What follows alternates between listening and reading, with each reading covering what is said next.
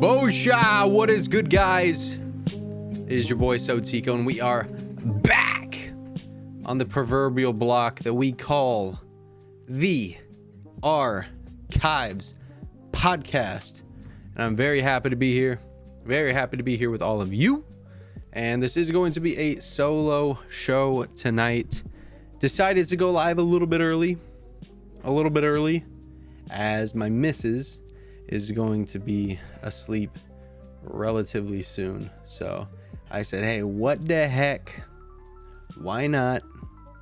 Let's go live early and let's do the pod, baby. So out here today we have a plethora of stuff to talk about, one of which being the Obi-Wan Kenobi Season 2 speculation. Then we're going to be running over a animated original trilogy Clone Wars style show. We've got a bunch of great questions in the mailbag. And if you guys have any questions at all in the live chat, feel free to come through and ask me anything Star Wars related. I've got the chats pulled up. Everything is open. Everything is ready to rumble. And I am ready to go. So let's start off the podcast by heading over to our Twitter, where you guys can follow us everywhere at Star Wars TAP and AlsoTeeko. Earlier this week, this month, this year even, we put out a tweet, and it was a Funko Pop giveaway. It is now time to pick the winner for that Funko Pop giveaway. We asked you to leave a retweet. We got 6 retweets, and I'm going to be running a random number 1 to 5 because I was one of the retweets. Not gonna give it to myself. And number 4. We're gonna do 1 to 4. Number 1. 1 to 3. Number 2. So our winner of the Funko Pop is Captain Pi 00. Captain Pi 00 has won the Funko Pop. Gonna tweet at them right now. Tell them to drop us a DMski McNimski.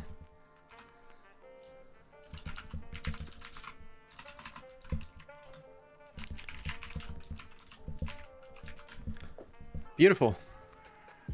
Now, make sure you guys do drop a like, hit subscribe, and please leave us a nice little review, whatever you're listening to us on, whether it's Spotify, Apple, Amazon, Spreaker, iHeartRadio, YouTube, or if you're just listening to me on Twitch. I appreciate you 100%. Thank you guys for the support. And I apologize that this didn't come out on Wednesday. We recorded an episode last Sunday that corrupted upon editing. So this is the remake. Tomorrow I will be writing the outline. Where am I? I am at my house. Oh my God, you can't see me. Ah! Thank you. Thank you. I forgot. I have hotkeys. Thank you. I appreciate you, hun. I appreciate you. I have hotkeys, you know, because I'm trying to do the executive producer role at the same time. So I have hotkeys to switch cameras. So I forgot. Yeah. Yeah, for 2 people, for 3 people, for the person on the left, for the person in the middle, and then for the person on the right. But it's just me, so I'm gonna keep it here. I appreciate you though, honey.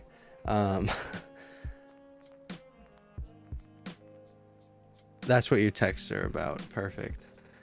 Yeah, as soon as we get a co-host, my long-term co-host is going through some stuff. Shout out Van Seal. I want to say that first and foremost. Van Seal, you're one of my best friends, bro, and I know you're going through a lot right now. Just know I'm here for you, man. Whatever you need, I got you. I'm always here. Shoot me a text, shoot me a call, write me a letter, carrier pigeon, whatever you need, bro. You've been a real one since day one, and I got you. Take your time, and we can't wait to have you back on the pod. Another shout out to our other co-host, MJ. His daughter went through surgery this past week, and just want to send my good vibes and my good wishes to him and his family. And later tonight, when I'm saying my prayers, I'll include her in my prayers as well. Big shout out to my brother, who is currently riding solo at the moment because his missus went on vacation. My missus is going on a mini vacation. And then another shout out to my boss, Will, who unfortunately left my work but is moving on to a new job that he loves. So shout out to my boss, Will, who listens on Spotify. God bless you, bro. Go subscribe to my girlfriend, Kathleen Alexandria, on YouTube. And without further ado, how we doing, Josh? How we doing, Josh? Appreciate you coming back for the pod, brother. Without further ado, let's get right into this. So we have not anything confirmed, but we do have some speculation from the main character's actor, Ewan McGregor, upon a possible season 2 of Obi-Wan Kenobi. We have a quote where he was saying that there's nothing in stone right now. There's a lot going on at Disney, but it would be his honor to reprise the role of Obi-Wan Kenobi for a season 2. And that is from Vanity. So to kick off, I figured segment number 1, we would talk about Obi-Wan Kenobi season 1 and give my review, what I liked, what I disliked, and just go over some of the overall plot points, some of the overall characters. I will say though, if you are in the chat and if you ask a question, I will halt what I'm doing, take precedent to the question, ask me anything Star Wars, and I got you. Josh says he wants more Obi-Wan and less Marvel shows that are lame. See, I agree. I'm on that board. I had this discussion with someone. I'm a server, right? And I had this discussion with one of the people at one of my tables because they noticed I have a Star Wars name badge. And they noticed it and they're like, "Oh, that's sick. Like, what's your favorite Star Wars show that's come out? What's your favorite movie?" And they were like, "Oh yeah, we like Star Wars, but we're more into the Marvel stuff." And I asked, like, even the recent Marvel stuff, because let's be honest, not great. It's like paying for a Uber and they pick you up in one of those Flintstones cars where you have to do the legwork yourself.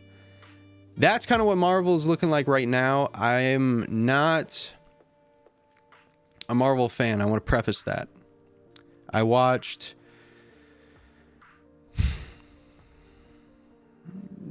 the Iron Man movies, the Captain America movies. I watched Avengers. I watched Avengers Endgame. and Infinity War. That's about it for me. Everything else just seemed like a little bit too much. I watched Thor. I used to be a big Thor guy. But everything that has came out, whether it's She-Hulk, whether it's the Falcon show, whether it's the recent Nick Danger show, Loki season 2, all I've heard from diehard Marvel people is that, what are we doing? Why are we wasting time and money? Why aren't we doing this, that, the other? Which I don't like for them. But I'm not trying to be like a Marvel hater and be like, yeah, I'm preying on their downfall. I want everyone who's invested in a brand to feel like their time, money, and attention are being respected.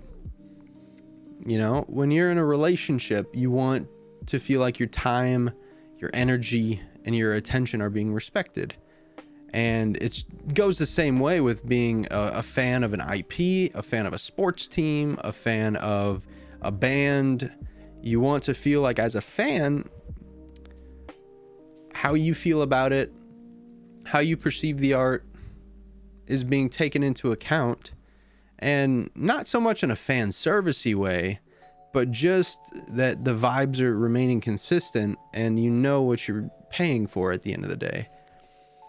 With Marvel, it seems like they're going down the tank. With Star Wars, I think they were in the tank, but they're on the come up. You look at the past 3 shows that have came out. Obi-Wan Kenobi, Andor, Ahsoka, right? Andor was the best Star Wars show that's ever came out. Better than Clone Wars, better than Rebels. It is the best. Ahsoka was a step in the right direction. I really liked it. I said, I think 8.5 out of 10 on aggregate, cumulatively. When you take that into account, I really appreciate how often and how into it that the directors even were getting with fans at expos, at conventions, on Twitter. Dave Filoni, he was answering all kinds of questions. And one of my favorite things that Dave Filoni said was, someone asked Dave Filoni, so when are we going to get Mara Jade? And he responded in a very understanding and accurate way.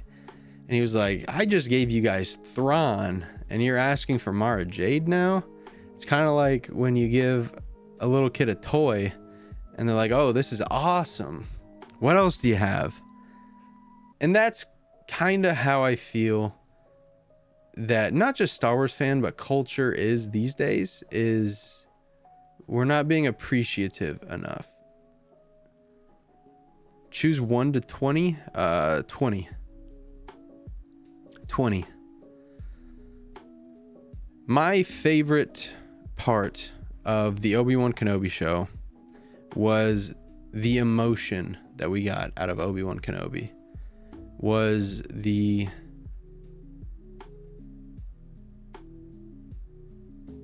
performance that we got. There's a donation button down below. If you'd like to donate, you don't have to. You could always do bits. You could always gift subs. But you could always super chat on YouTube as well. My favorite thing was the portrayal, right? Because Obi-Wan Kenobi was on Tatooine for one reason, and that was to look after this little guy, Luke. So we got to see a whole lot of range of emotions with Obi-Wan. He started off And spoiler alert, I'm going to be talking a whole lot about the story. Spoiler alert. We started off on Tatooine, and Obi-Wan was extremely stoic, extremely straight to the point. I remember when he was working at that meat packing plant, I'll call it, Obi-Wan was faced with a decision. You know, the main boss was shorting someone pay, and Obi-Wan of old would have stepped in, would have been, hey, that's not the right thing to do. You're doing this man wrong. But he knew that he had priorities. He knew that if he gets in trouble, if he gets outed as a Jedi, like, then Luke doesn't have his protector.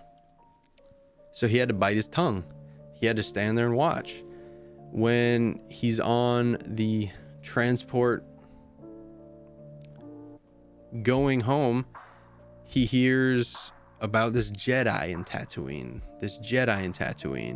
So subconsciously, he's like, oh, geez, did I accidentally do something to out myself? When the Jawa comes to sell him stuff, and he's handed a Jedi's utility belt, more than anything, he wants to jump at that and, you know, figure out whose it is, figure out what they're doing on Tatooine, but he can't. And we get this extremely straight to the fact, straight to the point, straight to the matter Obi-Wan Kenobi that we're not used to seeing. We're used to seeing him being sassy. We're used to him being goofy. And when the time is right, he can serious up. But even when he's faced with thousands of droids, General Grievous, he's still being lighthearted, having a good time. Yet when he's faced with the possibility of Luke Skywalker not having someone to look out for him, he freezes, and he realizes there's something bigger here at stake. If I die, the Jedi die. If I die, who's going to train Luke? It's not guaranteed that Yoda is going to be there to train Luke. It is not guaranteed. So I need to play as conservative as possible. And then what happens? A wrench gets thrown into it. Leia gets kidnapped on Alderaan. And who does Bail Organa call? Obi-Wan Kenobi, the protector. And Obi-Wan instantly is like, he's set in stone. He's conditioned. Like, I can't leave. My job is the boy. I have to protect him. You have to hire someone else. Because for the past 10 years, his entire life has been consumed by protecting this boy, watching after this boy, which is excellent performance. It's great writing. It's good direction, right? But as soon as he comes off Tatooine, he only wants to get the job done and get back to Tatooine as quick as possible, because he knows about all the scum and villainy that is on Tatooine. He knows that the Sand People can come and attack at any time. He knows man like Kersantin can come attack at any time. He knows the Hutts can come steal whatever they want at any time. So it's a very, very dangerous place, but it's where he has to be, because it's just outside of the Empire's jurisdiction that they won't come knocking door to door when the census comes back and they're like, you have a kid named Skywalker? We need to meet him. Bring him here. So the character starts extremely stoic and eventually migrates and evolves into this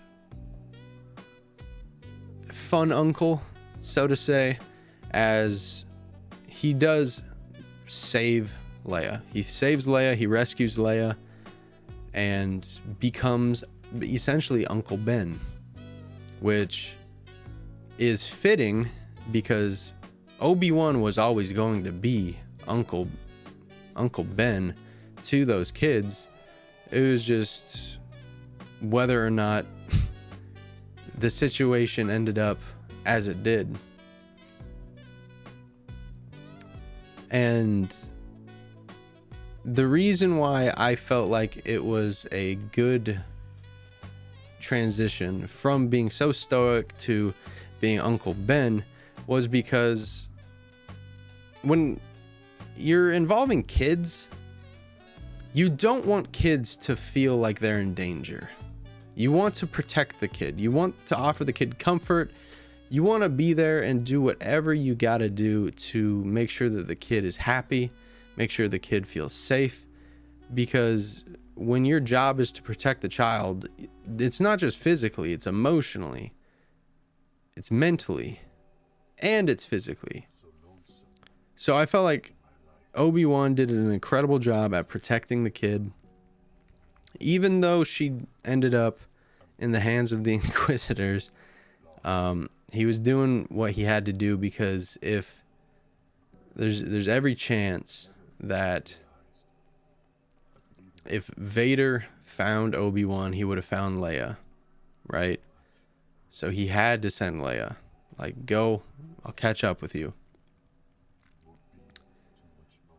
The thing that I didn't like was, I feel like it took a long time and it had a good amount of filler, and it just didn't have good pacing. It was 6 episodes, and I feel like they stretched it out a ton. I didn't like the combat. I feel like it was poorly choreographed, but that's strictly out of universe. And I feel like the character of Reva didn't need to be there.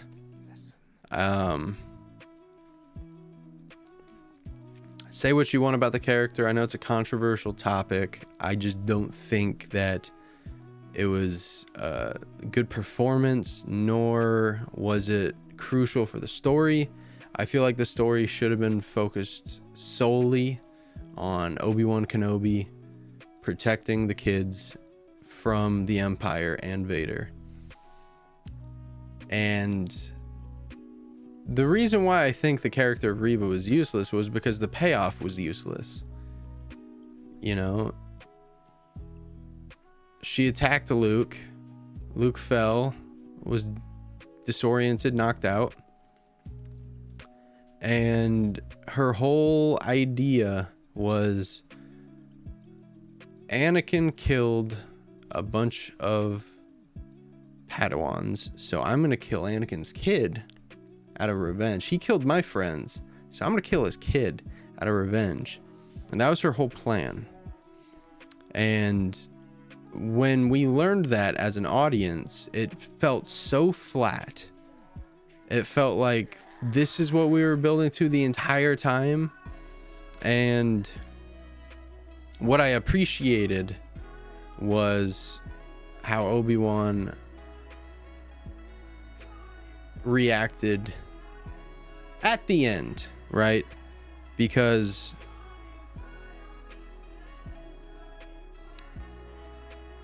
if I was in that situation and someone was walking back with my nephew, I feel like I would see red. Obviously, Reva, she knocked Luke out, but she couldn't kill him. She didn't have it in her to kill him, so she carried him back. If someone did that to my nephew, I would see red. If someone put their hands on my niece or nephews, I would see red. Obi-Wan had the clairvoyance and the goodness to let it go. Let me know in the comments how you would react to that, but I felt like it was a bit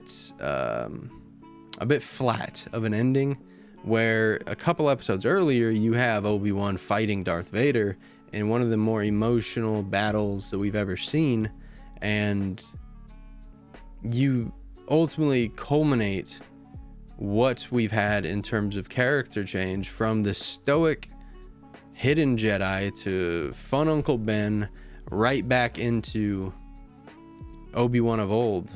And all it took to get Obi-Wan from stoic to Obi-Wan of old was Leia, was him realizing what he's doing this all for, and him waking up to that fact. I feel like the writing was a bit subpar. I feel like it was all over the place, and I would have done things a lot differently. I would have focused the story on Luke, on Luke being in danger on Tatooine. Maybe the Empire's coming around Tatooine, but I don't feel like it had to be Inquisitors. You know, I feel like the Inquisitors were plugged in to showcase Reva. I feel like it should have been all about Vader and Obi-Wan. We got a lot of lore. You know, we learned about the Path. We learned about Fortress Inquisitorius, things that we didn't know from Fallen Order, which they copied a lot of stuff from Fallen Order and hoped that we didn't play the game. But apart from that, I would have scrapped the entire script and told the guy to go write a new one, because it just didn't add too much apart from the context that it gave to A New Hope, where when Obi-Wan sacrifices himself, you realize quickly and you realize more deeply that Obi-Wan is sacrificing himself for Anakin's kids. He's sacrificing himself so that his niece and his nephew can escape. He's sacrificing himself for his best friend's children. And when you get that, when you deep that, it's a whole lot better. It's a whole lot better. We have a question here from my lovely missus. If Anakin's lightsaber had been lost on Mustafar, how would Luke and Rey's journey have changed, in my opinion? See, that's a really good question. I don't feel like it would have changed very much, and here's why. Obi-Wan picked up Anakin's lightsaber because A, Obi-Wan was a nerd and he loved lightsabers. B, he wanted something to remember Anakin by, and he didn't want the last memory of Anakin to be watching him burn. C, it needed to happen to add up to A New Hope, but that's out of universe. And then 4, he felt like he was hanging on to his best friend. He was hanging on to hope, you know. But we need to remember, Obi-Wan also had his master Qui-Gon Jinn's lightsaber completely intact, still working in his little footlocker. He had it on him with Tatooine. So it would have been slightly different, but it wouldn't have been too different, because he would still present Luke with Obi-Wan's master's lightsaber. Rather than Obi-Wan's apprentice, he gives him his master's lightsaber. And that's the one that Luke would go on to use. And I think his journey would change in the sense that Anakin, who was also a nerd about lightsabers, built lightsabers for fun, would often build lightsabers for Padawans and stuff. Anakin would see that lightsaber and be like, hold up, that's Qui-Gon's. I remember it. You have Qui-Gon's lightsaber. And I think he would hesitate. I think it would jumpstart the good in Anakin, if that makes any sense. It would be like an adrenaline shot to the heart of nothing but good. And it would only accelerate things for Luke, because I have the theory that Luke was using Qui-Gon's crystal anyways, right? Because Qui-Gon loved Anakin so much that his crystal would have spoke to him. And when he rebuilt his lightsaber, I want to believe that he used Qui-Gon's crystal. Because it comes tenfold, you know? Here's Anakin's kid using Obi-Wan's schematics, using Obi-Wan's master's crystal. Obi-Wan's master was the one who freed Anakin. It would all come full circle. And I feel like that would be the most beautiful way to do it. And that's why in my book, I'm going to make that part of it. When the boys go and build their lightsabers for the first time, Luke's going to tell them a story. Like traditionally, Jedi would come to this planet to find their crystal. And they're going to ask, Luke, did you come here? No, I used the lightsaber of my master, Qui-Gon Jinn. And that's going to be so sick. That's going to be so sick. And you guys know I'm a big Qui-Gon fan. Big Qui-Gon fan. How would it change Rey's journey? I think it would probably change Rey's journey in the sense that I'm not sure what Maz Kanata would be hanging on to. Maybe she would still get her hands on it. Maybe somehow she would still get her hands on that lightsaber. But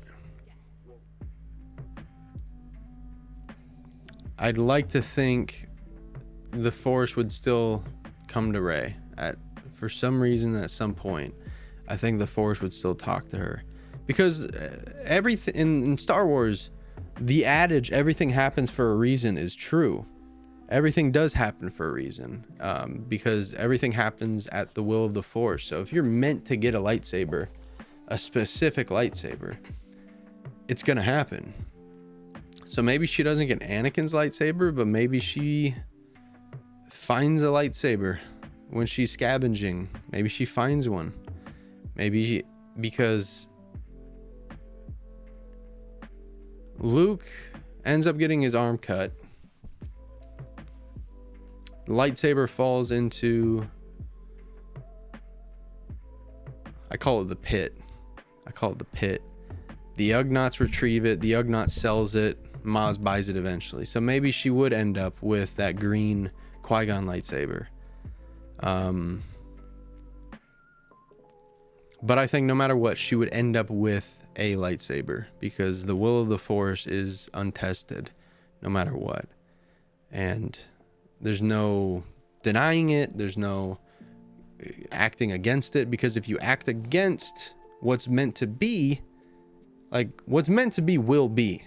There's no ifs, ands, or buts. If you act against it, then it's only going to happen even harder, you know? And it's not like they knew, oh, I'm going to get this lightsaber, so it's going to happen. They don't have that clairvoyance. But if we know that Padme is going to die, Anakin then goes to do everything that he can to protect her. He joins the evil emperor, and then what happens? Anakin dies because he was trying to go against it. But by going against it, he made it happen. So Star Wars is a valuable teacher that you can't overthink. You can't worry about things that are out of your control, and you just need to maintain focus and energy on things that are within your control.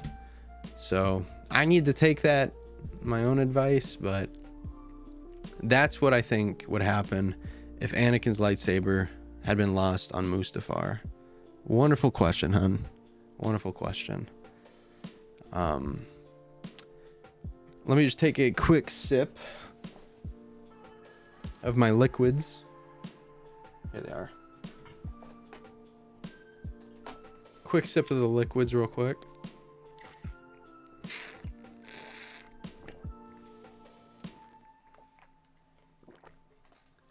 Let's talk about some Obi-Wan Kenobi Season 2 speculation.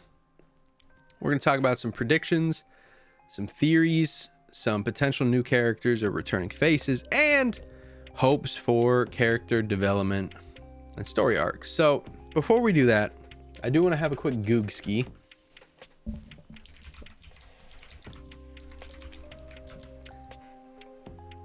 And I want to look at the third Star Wars Jedi game, because it was announced, right? It was confirmed. It was officially confirmed. It wasn't announced, but it was officially confirmed. I want to see about when we're thinking for it. And I'm going to put like a 6-month gap because of the strikes.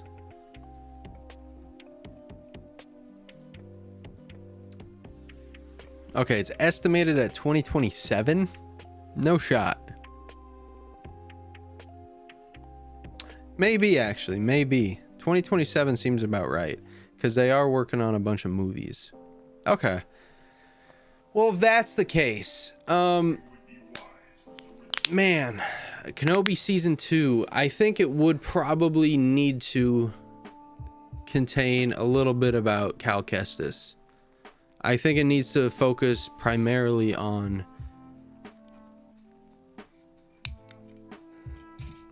not Obi-Wan leaving Tatooine.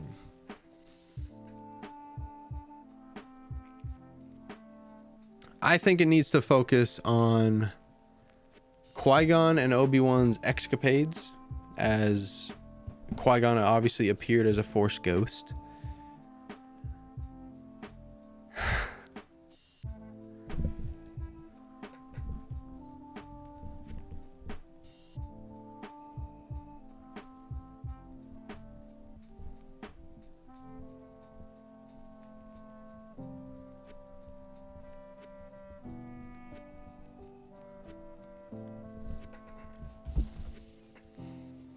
Obviously, he had his escapades with Qui-Gon. Qui-Gon showing up as a Force ghost. But I think we need to then get more action upon Tatooine, because Tatooine... I know we keep getting Tatooine as well. I don't want to beat a dead horse, right? I don't want to beat any horse. You know, horses are lovely animals. Probably a top 10 favorite animal of mine. Should we do a top 10 list real quick? Favorite animals? Number 10, I would put a lion. Number 10, I would put lion. Number 9, I'd go with a grizzly bear. Right? Number 8, penguins. Easy. Penguins are such an easy number 8. I love penguins. I went to the zoo in, was it May, babe, that we went to the zoo? We went to the zoo in May. We saw some of the biggest penguins, bro. And they had a little size chart of mammals, you know, and how big they are and how fast they are. So, of course, I made a short joke with my missus about her almost being shorter than the tallest penguin in the world, which was funny. But penguins are easy, number 8. Number 7... I will go with squirrels. I love squirrels. Number 6. See, number 6 is the first honorable mention for the top 5. So this is a big one. Number 6, I would say, would be dogs. A really nice, well-trained dog. A really nice, cuddly dog. Who's saying no to that? Obviously, I don't have a dog. I've never had a dog. The closest thing I've had to a dog is my missus's dog, Lottie, who I do love so much. So cuddly. Such a cuddle dog. She loves me. I eventually do want to own a dog. But number 5. See, now we're getting into some territory. Number 5 for me is deer. I just think deer have this nice elegance to them. I think they're a nice, elegant animal. I used to have a house that had a really big backyard that was a big forest, and deer would always come snack on our berry bushes that we had. and they were so peaceful. You could be out in the backyard walking around and deer would not hesitate unless they perceived you as a threat, which was really nice. Number 4. My number 4 favorite animal, I will go with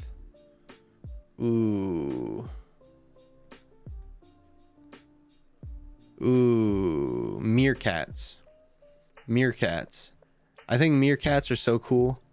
They have a little protector themselves, meerkats, who watches the skies, and they have shifts where one of the adults will watch the skies, look out for predators, and if they sense a predator, everyone will dart inside. And even when everyone darts inside, they still have one person outside watching for predators. So it's pretty cool. I like meerkats. They're fun. They look very sweet. Meerkats are cool. Number 3. See, now we're in the top 3. This is where it gets really tricky. Really tricky. Number 3, I would go with gorillas. They seem fun. They seem really cool. I'd love an Olympics, but for animals. But in the sense that they are cool with it. It's not like a zoo where we're making them be there. Like, they want to compete. They want to do stuff. Because I feel like gorillas, they could put out 400 or 500 reps on the bench press. I feel like easy. Because they're what percentage, how many times stronger is a gorilla than a human? 10 times. 10 times stronger. If I can bench 275 for 3 reps, a gorilla is doing 275 for 30. And they call me Big Trev, you know? I'm 6'3". I float between $185 and $205. They call me Big Trev. So that's just mad. That's mental. That is mental. And think, like, the strongest man in the world, then take his numbers, multiply it by 10. Because there's a strongest gorilla in the world. There is. So gorilla is my number 3. Number 2, we're going to stay within the realm of monkeys. It's capuchin monkeys. I was a huge fan of Night at the Museum when I was a kid, with Ben Stiller, with Owen Wilson. Huge fan. And they had a little capuchin monkey. And ever since then, I was like, when I grow up, I'm going to get a capuchin monkey. Obviously, I'm not going to get a capuchin monkey, but there was one on TikTok ages ago that was named Boo. And it was so cute. Wow. Wow. Number 1, my number 1 favorite animal are the domesticated house cats. I think so. That's my cat right there. One of them. I have 2. Let's go check in with her. I'm going to turn the light on back there as well. Get more ambiance going. 2 seconds.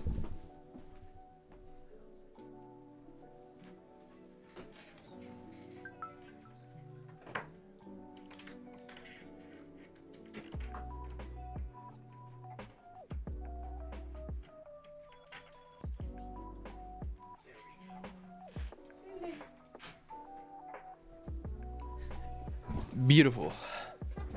Beautiful. Yeah, I love the domesticated house cat. What?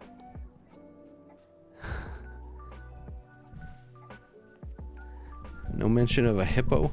No mention of hippos. And I do like giraffes. You know I love giraffes. Nah, you know what? Like, giraffes would probably be right there with horses. They would be right there with horses. Because when we went, we saw the giraffes playing around, having a good time.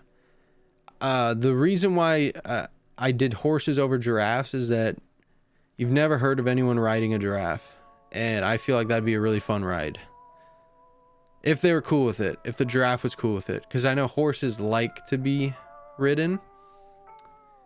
So do cows, believe it or not. Cows like to be ridden. I don't think hippos would appreciate being ridden, and hippos are very fierce. I want to say they're the deadliest animal on Earth, and big scary, like big scary. Hippos are the bullies of the elephant world, you know? Hippos, rhinos, elephants, where the heck did they come from? Those have to be dinosaurs, right? Like, no one ever has this discussion. Turtles are... I love turtles. I love turtles. But it's so sad that they're dying to soda can holders. It's so sad. But it is cool that society is cutting them out. It is really cool. You don't really see a lot of those. And even if you do, people are good about cutting the linings. What's up, Mundane? Welcome to the Archives podcast. Ask me anything Star Wars. Ask me anything Squiggo in general, whatevs. We're chilling. Now, to talk about Obi-Wan Season 2, I did want to talk about the next Jedi game. So real quick, we'll preface and we'll brief with Jedi Fallen Order and Jedi Survivor. I'm currently replaying each game. I'm thinking about doing Fallen Order first, Jedi Survivor after. But then I started KOTOR last night. I'm writing my book and I'm like, I don't have too much time. So what I think I'm going to do, I'm going to stop playing eqsFI for a while. Because I only have a select amount of time to play games. I am playing It Takes Two with my missus, but we played it last Sunday, honey? Last Sunday? Saturday? That's a super fun game. Can't wait to play that some more. Maybe next weekend we play some of that. But I need to supplement more time. I have been doing great on my book so far. Really good on my book so far, and having a blast with my book so far. I wrote a scene in my head in the shower a couple nights ago that genuinely could be the way that I end book 1 if I want to do this thing 3 books, like the original plan was to do it 3 books. I think that'd be pretty cool. It'd also give me a lot more time to marinate these characters and work on these characters. It would be a lot of fun. And I don't want to talk about my book too much, because we're talking about Jedi Fallen Order, Jedi Survivor. But so Fallen Order, I think, is a great game. I love the controls of it. I love the mechanics of it. The only thing that I wish it had retroactively was a fast travel, but they added it to the new game Survivor. I think the movement feels a whole lot better. You feel heavier than you do on Jedi Survivor. It's weird to say that. I don't know if that makes sense, but you feel like you have more mass. Where on Jedi Survivor, it feels like you're kind of just sliding everywhere. And there's a whole lot of platforming. And it's just not my cup of tea.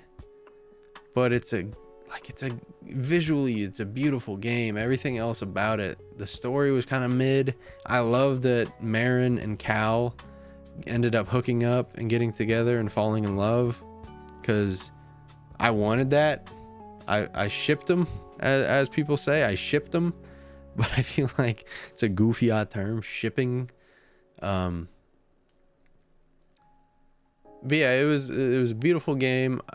The actor is really cool. Cameron Monaghan. He was in Shameless, which I've seen a little bit of. And I want to see him in live action. Issue is, we can't see him in live action until we see where he's at the end of the third game. But at the end of the third game, I think he dies.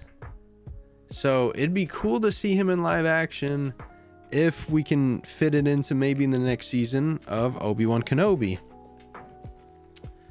So in Obi-Wan Kenobi, I want it to take place relatively in a tighter window. You're going to have to age Ewan McGregor a wee bit. A wee bit. He's got to lose some hair up here. He's got to lose some hairline. He's got to get some whitened hair. Maybe some reading glasses. Like, he has to bridge the gap from Ewan McGregor to Alec McGinnis. And you can't age him too much because then it's not as realistic. So we got to go like maybe a year or two at the tops, but you can't go 5. A year or 2 at the tops. And maybe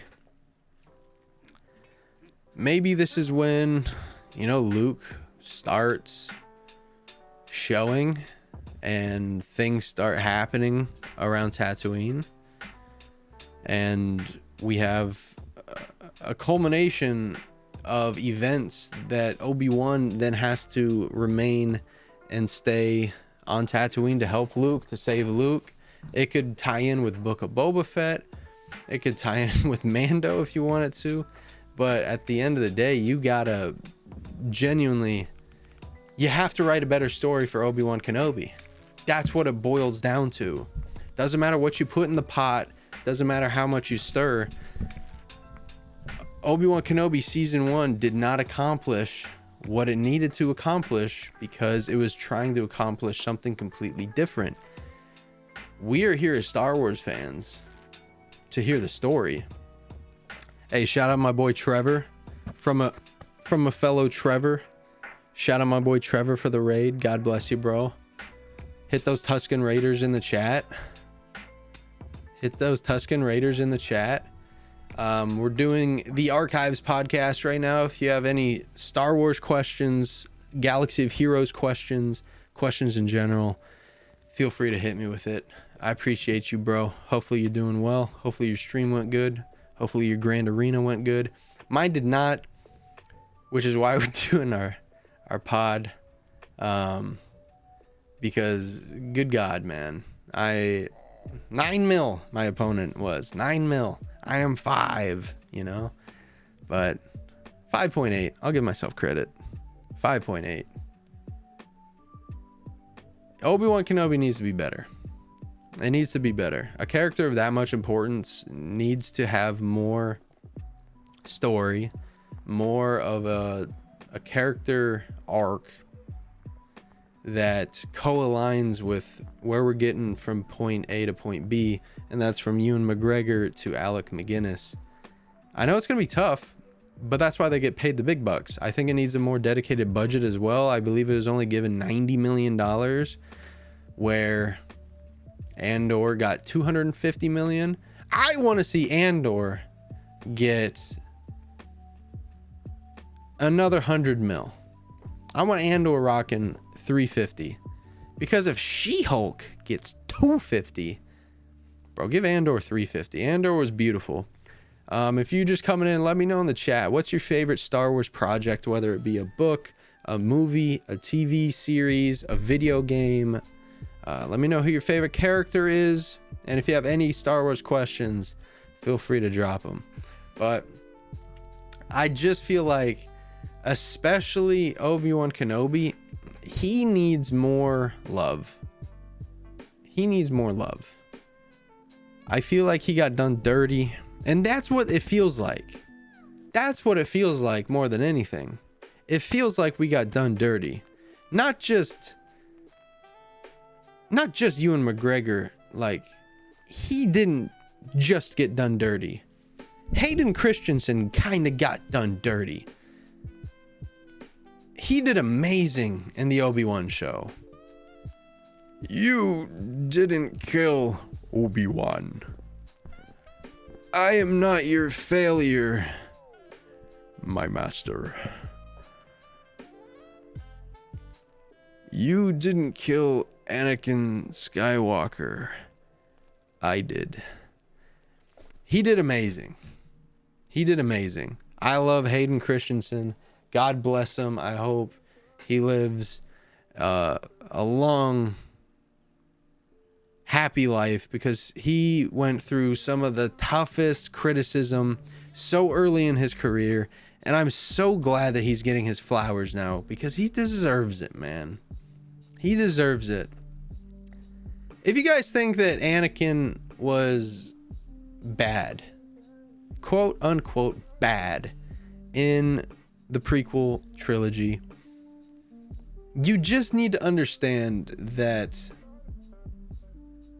he was such a deep, such a concise character. And I know everyone always brings up the sand. I don't like sand. It's coarse and it's rough and it gets everywhere. Follow up. What happened after that? What happened after he said that? That was W. Riz. He kissed Padme right after saying that, man. W. Riz. Maybe you got to give it a go. Maybe you got to do the sand line. Let him know. Like, came from a sandy planet. I was a slave. So whenever I see sand, I'm just reminded of the pain and the torture and the suffering I went through. But that's not my life anymore. You're my life now. And it's soft. And it's nice. And I love it. Anakin is the deepest character in cinema, bro. He is the deepest character in cinema. Granted, he gets 6 episodes of a TV show in the Kenobi series. I have a allegedly. I have a fan edit allegedly, and it's a movie. It's just a 2-hour edited movie. I think it's a lot better. Check out Kai Patterson films. Just Google Kai Patterson Kenobi. It's worth it. It's worth it. He did another one for Book of Boba Fett. It's worth it. And we didn't even get to Book of Boba Fett yet. Boba Fett, man. I wish Van Seal was here to defend his boy Boba Fett. But for the time being, I'll wrap up my Kenobi talk and then we'll talk about Boba Fett. Not only Hayden Christensen, not only Ewan McGregor got done dirty, but we got done dirty. Because we had the highest expectations.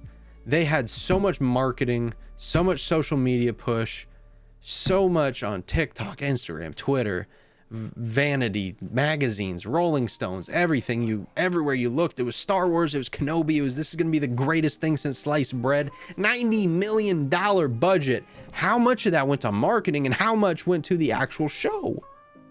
That's what I want to know. I want to know why we got done dirty with arguably the most important character on the light side of the Force in this time period. Why did we get done dirty? So let's talk about Boba Fett. Why did we get done dirty? Boba Fett is a great character. He got done dirty in how he died. I like that he didn't die, because you get added context. I'm sure whatever Boba Fett fans are out there, I'm sure they still enjoyed the Book of Boba Fett. Jesse Smith says that scene was 5-star, and in my opinion, the Jedi are evil. Agreed. And in my opinion, the Galactic Republic Jedi, man. Literally my least favorite.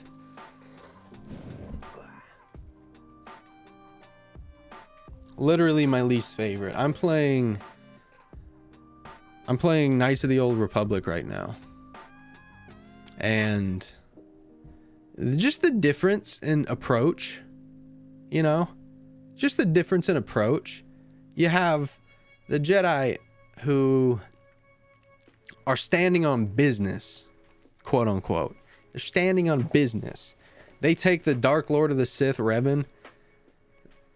They mess with his mind. They erase his memories. And they send him back. All right, you're a Jedi Padawan. How about it? How about it? Welcome to the Order.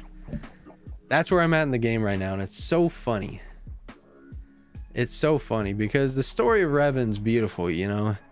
He starts off one of the strongest Jedi Padawans. One of the strongest Jedi Padawans. Grows into a knight. Becomes one of the youngest masters. Takes on one of the most sought after apprentices in Alec, right? Revan then kind of goes through his college phase where he learns about himself, he learns about the world, he learns that he's not down with what the Republic's doing. He's not down with this Mandalorian going on. Takes 10,000 Jedi with him, takes a third of the Jedi with him, goes and blitzes these Mandalorians because they've been slaughtering innocent worlds and innocent people forever, and the Jedi weren't doing anything about it because it wasn't their fight to fight, you know? I feel like the Jedi were doing the right thing. You can't get involved in something that's not your fight. If those worlds were in that situation because they voted, hey, we want nothing to do with this Republic stuff. We want nothing to do with this Republic stuff. So if they admit and they accept that they want nothing to do with you,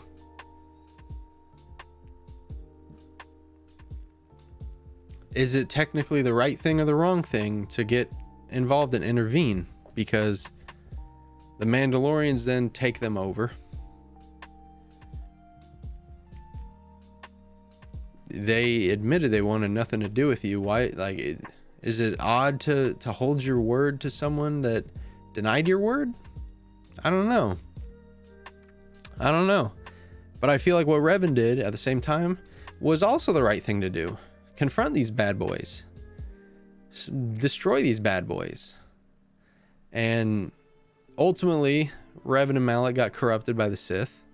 Corrupted by the dark side. Became the Dark Lords of the Sith.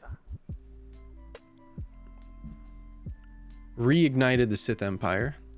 And took things over. So as soon as he gets brought back to the light, you know, the Sith Empire they're rocking. They're rolling. They're getting the ball rolling. And it's up to Revan and Bastila to take down Malak, who's now the Dark Lord of the Sith. But then Malak corrupts Bastila.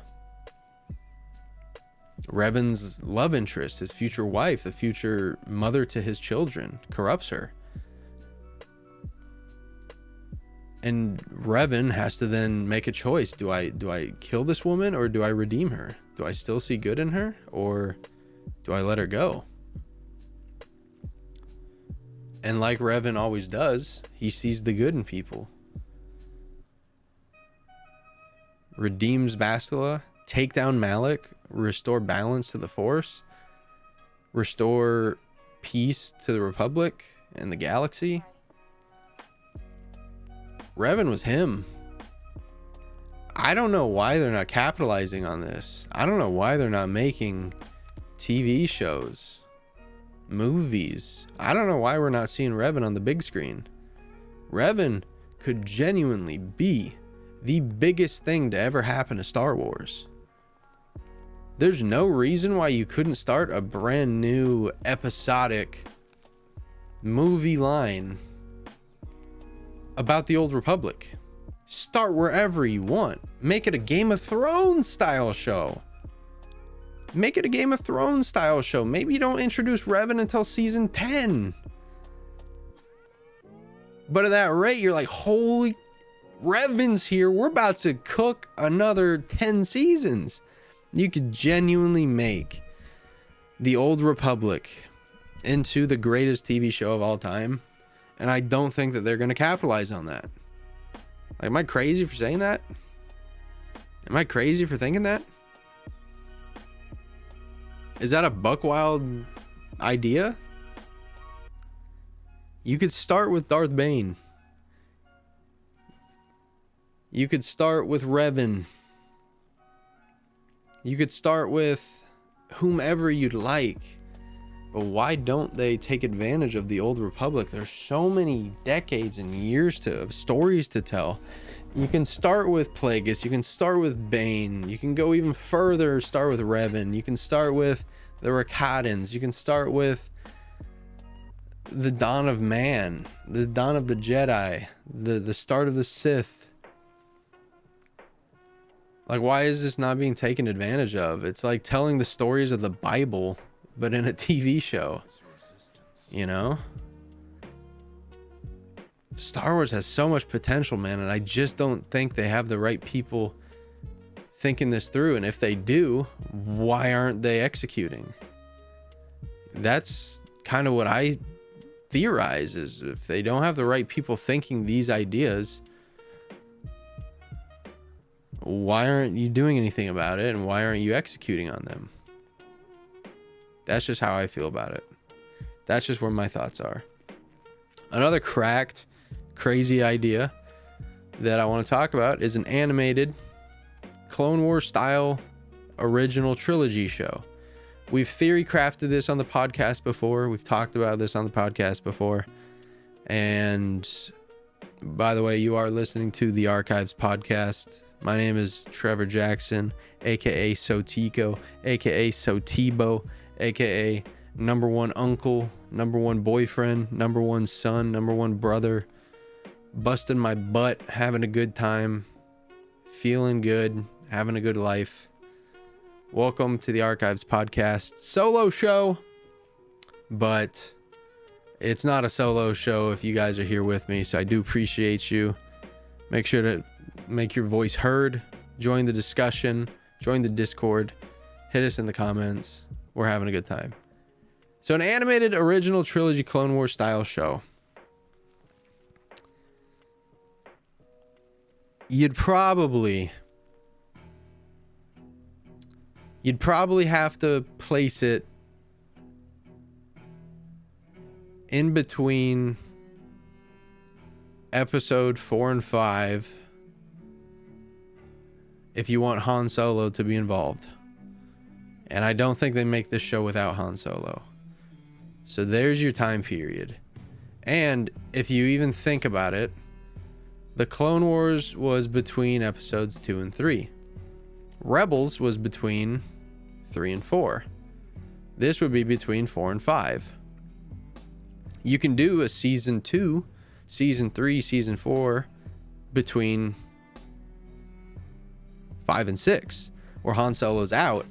What are the Republic going to do without one of their highest ranking generals, you know? So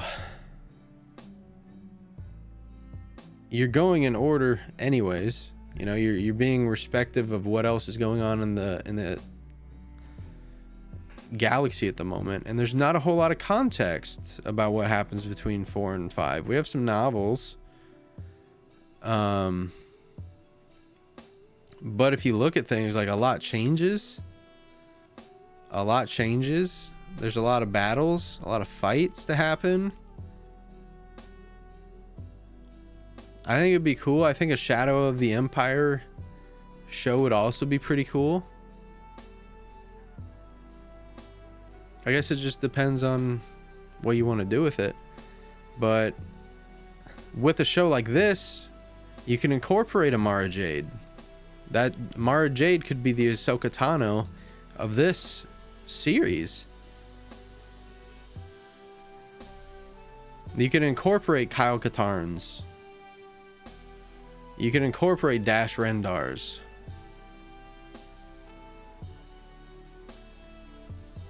All of that's very possible. All of that could happen. You could show off more of the politics that we all love.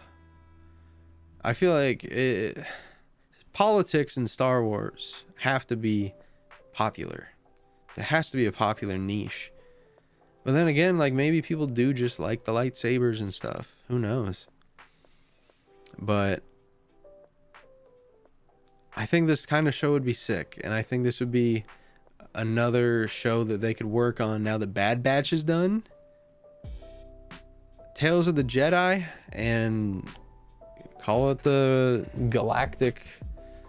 Is it the Galactic? Not the Civil War.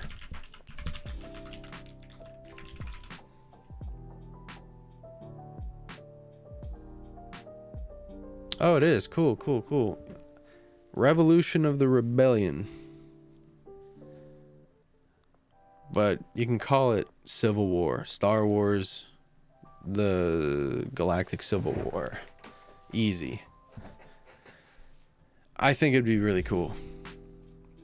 It began 2 years before the Battle of Yavin. The Clone Wars lasted about 4 years.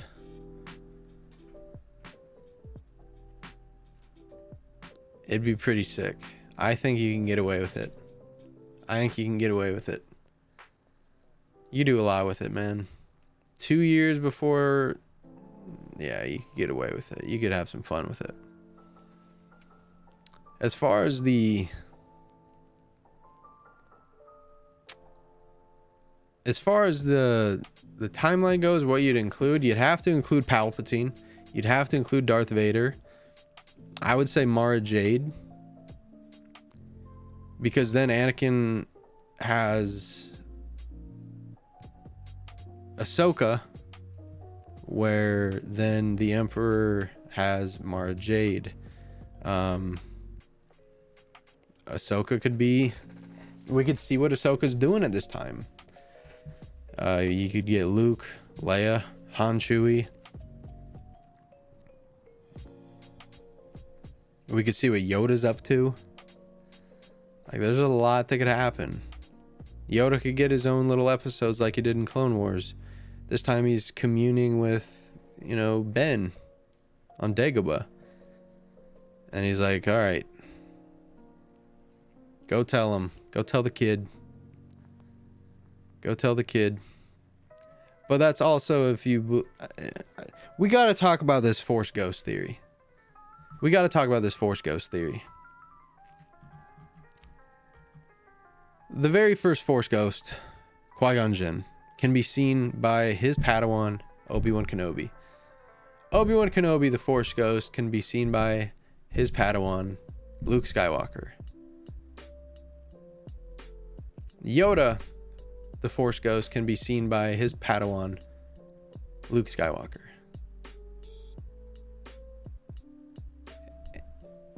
And Obi-Wan. And Obi-Wan. Who's also... He trained Obi-Wan.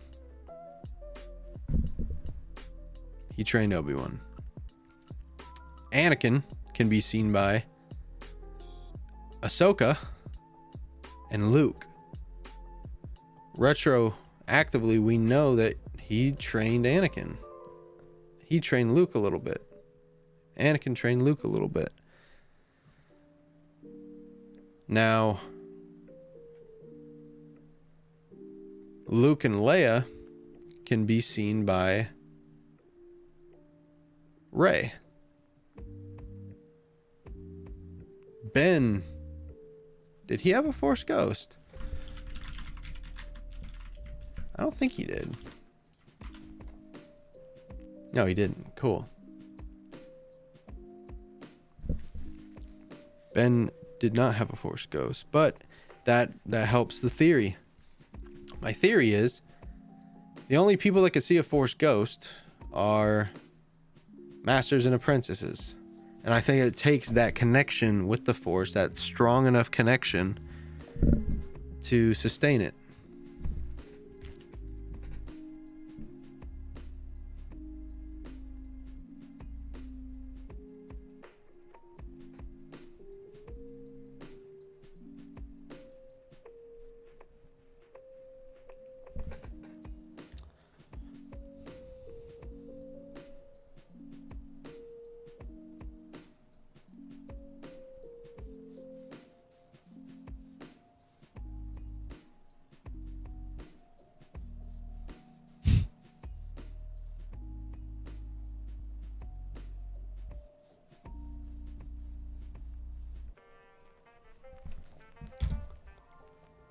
Really fun stuff.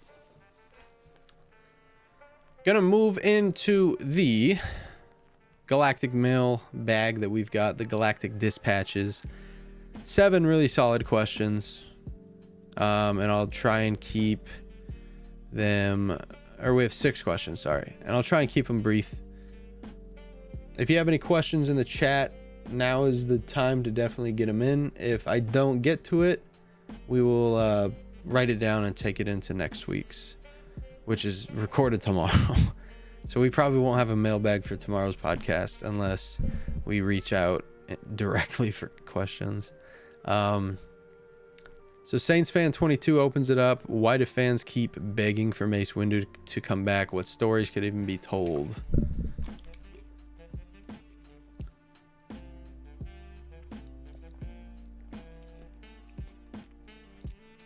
What stories could be told? Boba Fett, Vader, Palpatine. I think that's probably about it for Mace Windu stories that could be told. Why do they keep begging for him to come back? Because they liked him. And Star Wars is kind of being a little too loosey-goosey with death these days, bringing people back randomly. They really need to keep people dead. They need people to die. From Anonymous. Was the Empire doomed from the start? The whole idea was built on a lie and a dictator essentially taking over the world. Yeah, I mean, it wasn't Palpatine's plan, it was Plagueis' plan. Plagueis put everything into motion. He started the plan. Palpatine executed it, but as we see, like, the Empire only lasted, what, 21, 23, 25 years? Didn't last that long. It didn't last that long before the Republic was back, so... was it doomed from the start? Maybe not from the start, but was Palpatine cooked there at the end? I think so. I think so. Because we see how blind and arrogant they were. And that's why Andor was fantastic. From Valen. Do you guys think that Dooku should have been included in the Phantom Menace, therefore making his inevitable turn to the dark side in episode 2 even more memorable? I think so. If you want to make a meaningful turn like that, I think you do have to put it in front of us. And Clone Wars wasn't out yet. Tales of the Jedi obviously wasn't out yet. So even if you have Dooku shown in the background training Padawans in lightsaber combat, because he was him at lightsaber combat. Even if you just mention it, like, oh. But I think you do have to show him. And I think you do have to include him. Maybe you show him with Qui-Gon on Coruscant at the Jedi Temple. You know, that Tales of the Jedi stuff. That was deep. That was deep. And maybe they rushed his turn so early. Maybe they rushed it, but no, I liked it. Dooku's sick. I think I'll take all the Dooku I could get. I'd take a Dooku show. Genuinely. Should the Empire have stuck with clones instead of phasing them out and relying on stormtroopers? And that's from Doctor Who 94. Yes. But the Empire were spending their money on a Death Star instead of clones, so it just depends if you want a Death Star or a bunch of clones. Because they didn't even need stormtroopers anymore when they had the Death Star. Because they could just zap, zap, zap planets deed. It's that easy. That's how you win a war. Blow it all up. From Shadow EPX. From Shadow episode 10. The concept of redemption is prevalent in Star Wars, with characters like Vader and Kylo Ren seeking it. If you could choose any dark side character to undergo a redemption arc in a future Star Wars project, who would it be, and how would you envision their path to redemption? Furthermore, are some acts too heinous to be redeemed, or does the Star Wars universe offer forgiveness and redemption for all? Palpatine is beyond redemption. Nihilus out of the ballpark of redemption.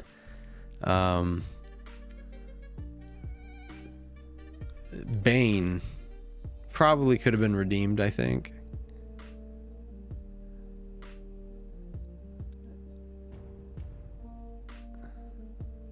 Probably could have been redeemed. So I'll go Bane. Darth Bane. How would it happen? I think when his armor is stripped off of him, I think a sudden rush of the light side would have been so sick. For him to realize all the wrong he's done. Because we always hear those stories of the bad people on their deathbeds. They're always begging and pleading for mercy and forgiveness.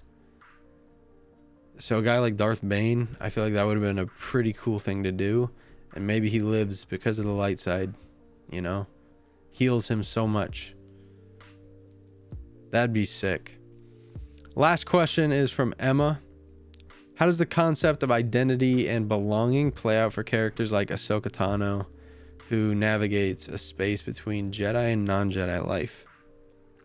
I think it's crucial.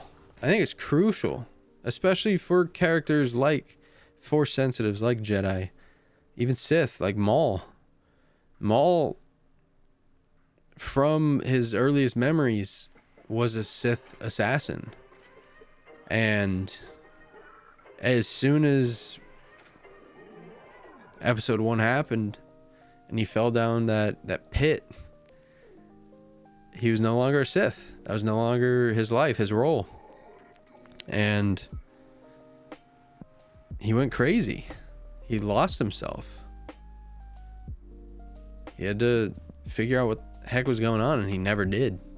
He never figured it out. And he just went along with whatever. Like, you look at Maul, he went from a Sith assassin, a noble Sith assassin, to